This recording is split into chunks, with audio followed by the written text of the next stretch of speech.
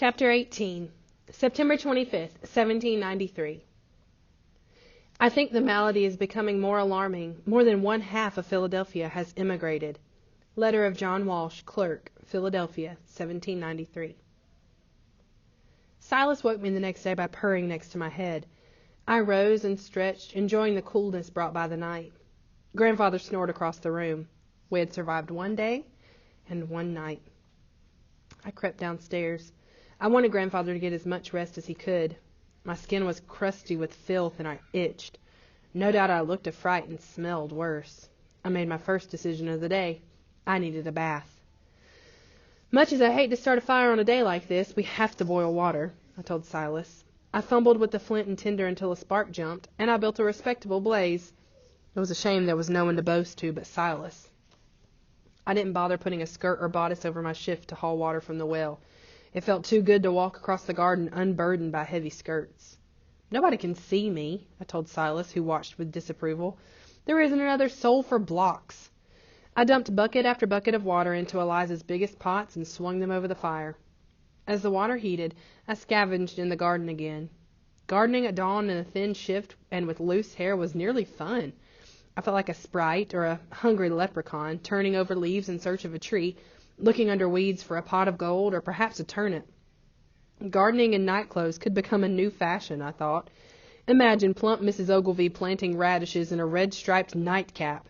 That would be a sight to turn Philadelphia on its ear. The bubbling pots of water made the air in the kitchen thick and hard to breathe. I dragged the bathing tub into the front room and filled it with boiling water. When the tub was half full, I added cold water straight from the well until the temperature was comfortable. I closed the shutters, bolted the front door, and closed the door to the kitchen. Assured of privacy, I removed my shift and settled into the warm water.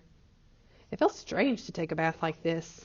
The house so quiet, no sound from the street, alone except for a nosy orange cat.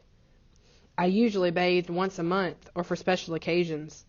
I stuck my leg up in the air and rubbed it with soap. This felt like a special occasion. The water soon turned brown with weeks of dirt and sweat. I held my breath and dunked my head under the water. I scrubbed my hair with soap and dunked again, over and over until my hair was free of blood and filth.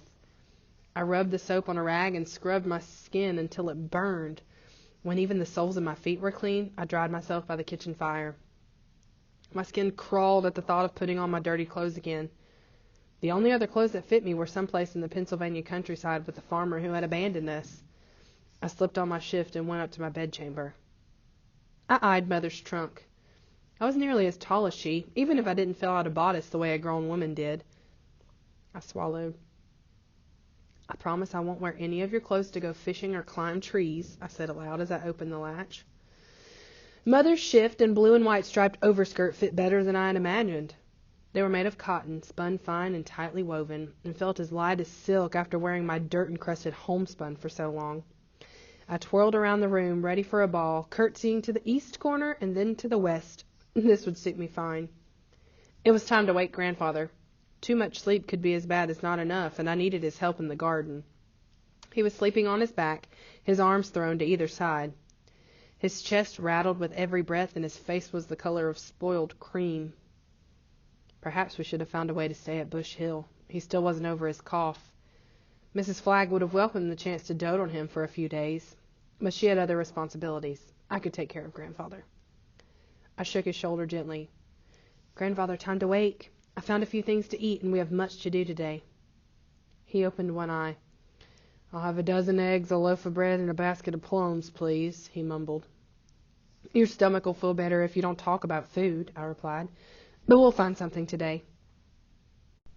I floated down the stairs, clean, fresh, and hungry.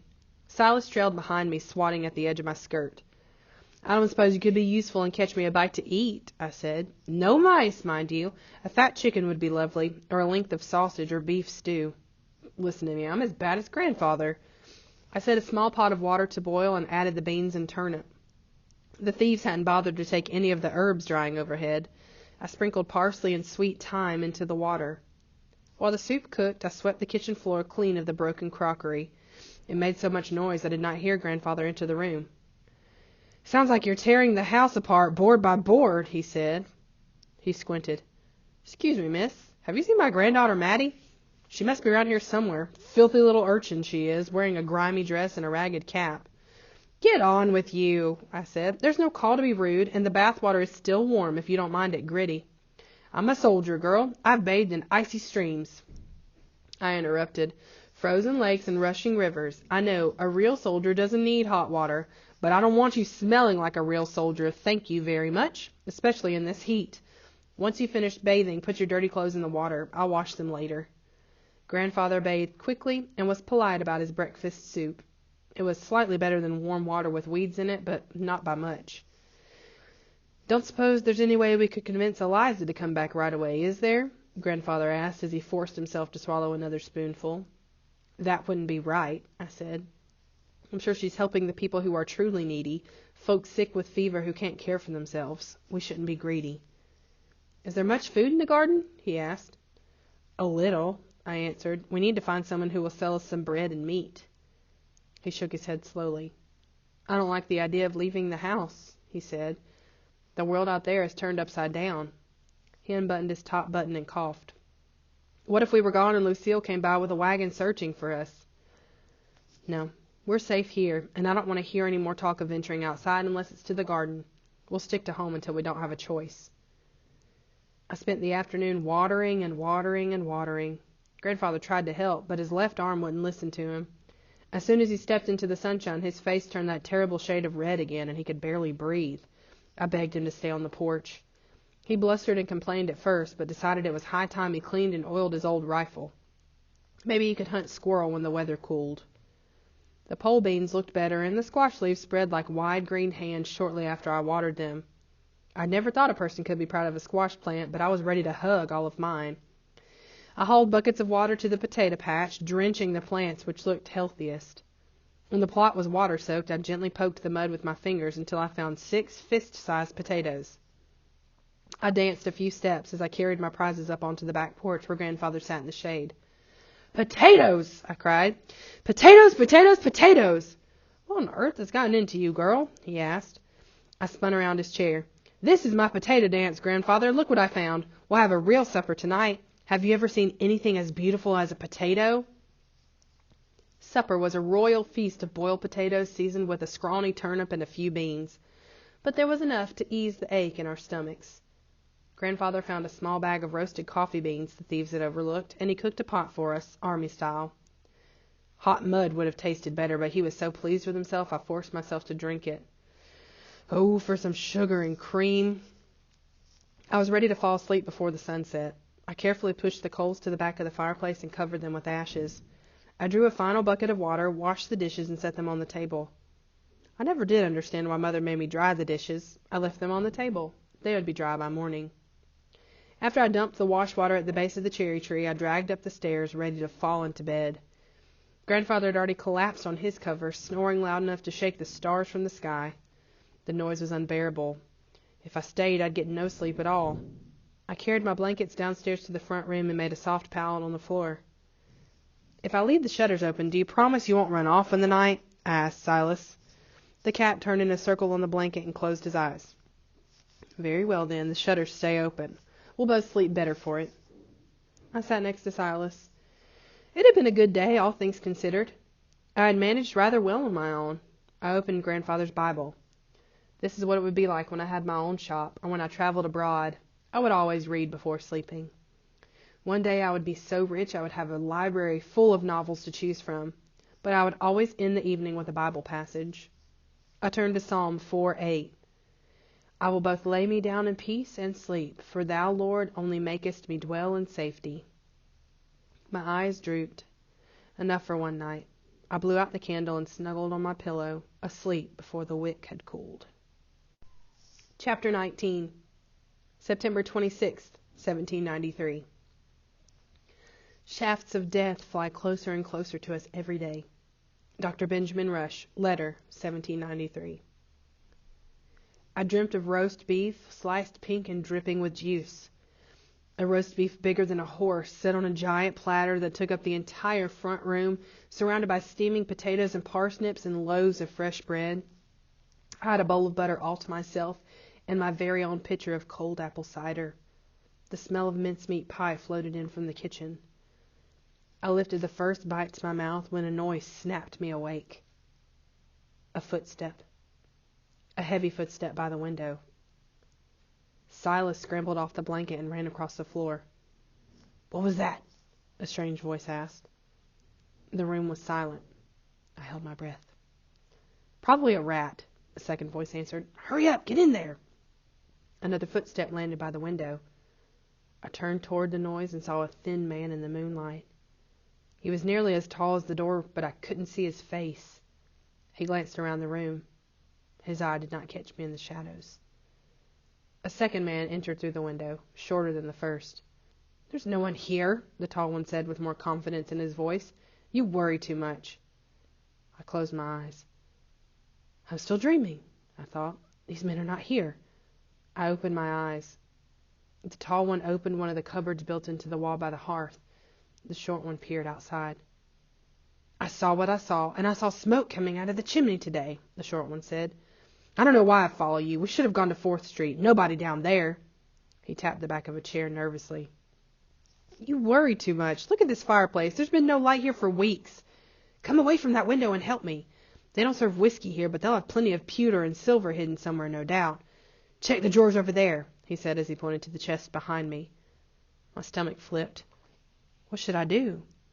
If I screamed, Grandfather might wake, and they could attack us both. The front door was locked, and I didn't have the key. I could try to slip out the window and run for help, but who could I run to? Would anyone bother with a trifling robbery when there was death at every door? The short man took a few steps in my direction, then stopped. He turned his back to me. "It's too dark over here. I need a candle." I slipped out of the blankets and into the corner. I needed to get them out of the house. If I could sneak out the window, I might try to scare them off. The tall one swore. "You don't need a candle. Shut up and do what you're told." I froze against the wall as the short one approached, grumbling under his breath. The window was just beyond my left hand, and the chest of drawers was on the other side of the window. The short one stood 3 feet away. I tried not to breathe. "Look at this," the short one said as he held up a chess figurine. Grandfather had won that chess set in a card game with a ship's captain from Siam. He taught me to play chess before I learned how to read. I simmered as the thief rubbed the queen with his dirty fingers. "It's not worth nothing hereabouts," he said, "but I bet it would fetch a handsome sum in New York." He opened a sack tied to his belt and put the chess piece in. My hands balled into fists as he collected the rest of the chess pieces. King, bishop, knight, pawn, all smudged with his fingers, polluted by his breath. How dare he? My jaw tightened. Why were they here, standing in my front room, stealing the hard work of my family? I wanted to drop him into a sack and boot it out the door. The tall thief lifted Grandfather's sword from the mantel. "Go to New York if you wish, but I know a gentleman in Wilmington who will pay a pretty price for this." "That's not worth a continental," the short one laughed. "I could get a better price for my old stockings. Every old man in America drags his rusty sword around and claims he ran it through 100 British. It's a piece of junk." I glared at him from my hiding place. Grandfather did kill British soldiers with that sword. He told me so himself. "Steady on, Matty. Crawl out the window as soon as he looks away." "Maybe I won't sell it then. It could be a handy weapon." He tested the blade with his thumb. "Still sharp, and I don't see a bit of rust. I could become a highwayman." He advanced across the floor toward his partner, waving the sword. "What ho there, my good man! I have come to relieve you of your purse." "Give over. Let's fill our bags and leave. You can play at the tavern." The tall one would not relent. He pressed ahead, continuing to brandish the sword back and forth wildly. The tip of the blade swept by my face. He shuffled forward another foot and waved his arm again, the sword level with my neck. "No!" I screamed as I ducked. As soon as the sword passed over me, I ran for the kitchen, colliding with the tall man and knocking him down. "It's a ghost!" the short man cried. "It's a girl, you fool!" the tall one growled as he jumped to his feet. "Get her!" I ran through the kitchen to the back door and fumbled with the bolt. The thief's footsteps thudded on the oak floor. Open, open, open. The bolt slid back. I pushed down the latch and opened the door. I crossed the porch in 2 steps and ran across the warm earth toward the gate. My foot came down hard on a sharp rock. I cried out but kept running. The gate was only a few more steps. Faster, faster. 2 bony hands curled around my shoulders like the claws of a panther and yanked me backward. I hit the ground so hard it knocked the breath out of me. The tall man picked me up and carried me back into the house where the short man was finishing his search through the chest of drawers. You should have let her go, the short one said. What good is she to us? This haint here will tell us where they've hidden all their silver. I'm sure they have a strong box as well, the tall man said as he tied my wrists together in front of me. I spat at him. Smack! The tall man slapped me across the face, jerking my head backward. Don't hit her, the short man protested. I'll do what I please, the tall man said as he wiped his face on his sleeve. Now, missy, the silver in the strong box. Where are they? We've already been robbed. They took everything. You're too late, I said. See, we're too late. Let's go, the short man pulled on his partner's sleeve. Shove off, the old man shouted. What if she's lying? You think she's going to hand over all her money because we ask her nicely? She needs to be convinced. He drew back his arm to hit me again. Thump. What was that noise? The tall man demanded. What noise? Asked the short man. I just heard a noise upstairs. He looked at the ceiling. I shouldn't have screamed. Grandfather must have heard me and gotten out of bed. I needed to get these men out of the house. Who's up there? I thought you were alone, said the tall man. It's just my cat. I tried to keep the fear from my voice. Everyone else has died of yellow fever, I lied. Saints preserve us, more fever victims, groaned the short man. Let's go now. This wench is probably fever poisoned too. She don't look too good. The tall man hesitated. She's hiding something, he said. He drew back suddenly and hit me in the face again. My head rang and lights danced before my eyes. Where's the money? The man demanded. Tell me where the money is. Get away from my granddaughter. Grandfather stood in the doorway in his nightshirt, his rifle aimed at the heart of the man who had hit me. Oh, Lord, said the short man. He put one leg out the window. I'm going to 4th Street. The houses are empty and the cupboards are full. He's not going to shoot, said my attacker. Look at him. He can barely stand. His knees are knocking together. One puff and he'll blow over. Isn't that right, old man? Now tell me where you've hidden the money or I'll have to hurt this little girl here. I'll count to 3, said Grandfather. He wasn't fooling around. Grandfather never fooled around when he counted to 3. The few times he had whipped me had been when he counted to 3 and I didn't listen. 1. The short robber scrambled out the window without another word. 2. Grandfather swayed to one side. He was breathing heavily. Too heavily. No, Grandfather, I pleaded. Put the gun down. He licked his lips and stared down the barrel. 3. Everything happened at once. The gun fired just as the tall man leapt to the side. The blast knocked Grandfather against the door frame. The tall man jumped on Grandfather and punched him in the face. I kicked at the tall man until he hit me with the back of his hand and sent me sprawling. I struggled to my feet. Grandfather's sword still lay on the floor where the robber had dropped it. I picked up the sword, holding it with 2 hands. Grandfather had taught me a bit about swordplay along with his other army lessons. Let go of him! I shouted. The man ignored me. His hands were around Grandfather's throat. Grandfather weakly hit back at the man, but it had no effect. The man struck Grandfather's head against the floor. Grandfather's eyelids fluttered, then closed. No! I screamed. I swung the sword and gashed the thief's shoulder. He howled and rolled to the side, grasping at the bloody wound. You cut me, he said in disbelief. The wench cut me with the sword. Get out of my house before I cut out your heart. I raised the sword and ran at him. He lurched to the window and crawled through it. I followed, screaming the kinds of words that would have raised every hair on my mother's head. I chased the man for a block before I realized that Grandfather was out of danger. But he needed me back home, not standing in the street in the dead of night brandishing a bloody sword like a pirate. He was sitting up when I returned. Don't move, I'll help you. I dropped the sword to the floor and struggled free of the bonds that held my hands together. He looked at me with a slow smile. Always knew you had it in you, he said hoarsely. You're a fighter, no doubt about that. Hush, don't say a word, I cautioned. I grabbed my bedding and made a pillow for his head. I'll get you some water. No, he insisted. He grabbed my shift. Stay. The moonlight quivered as thin clouds scuttled across the sky. I could smell the stench of the intruders and the soap Grandfather had used to wash his face before he went to sleep. His eyes started to close, but he forced them open. He fumbled for my hand. I'm sorry, Maddie, he panted. I'm leaving you alone. I shook my head mutely. No, this would not happen. No, please God, anything but this. He nodded once. My time. Too early. So sorry. I covered my mouth to hold in the scream and rocked back and forth. After all he had been through, to die like this. Don't die. I couldn't hold the words back. Don't die, Grandfather. Please don't die. I love you. Please, please. Oh, dear God, please don't die. My face was wet, my tears splashing onto his cheeks. Strong, he whispered. Beautiful. Clever. My sweet Maddie. His eyes closed. I bent down to kiss his forehead. I thought I heard his last words.